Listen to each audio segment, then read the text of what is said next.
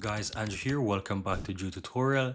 And if you're seeing the channel for the first time, special welcome to you. And in this video, I'm going to show you how to delete search history on your Microsoft Edge browser.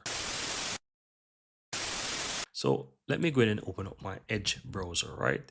Now, once you're inside the Edge browser, all you have to do is click the three dots on the upper right hand side and go to settings. Now from here on the left hand side, you want to click on privacy search and services. And you want to scroll down just a bit till where you find the section that says delete browsing data, and you will see clear browsing data now. Towards the right hand side of that, you will see that it shows choose what to clear. So you want to click on that.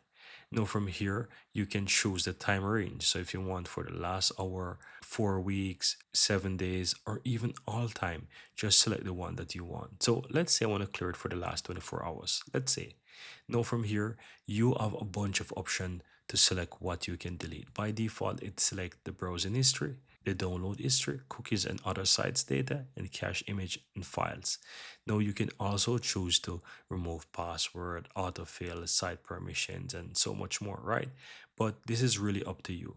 If you don't want to delete these things, you can just leave them unchecked. But these are the basic four, which is wider default.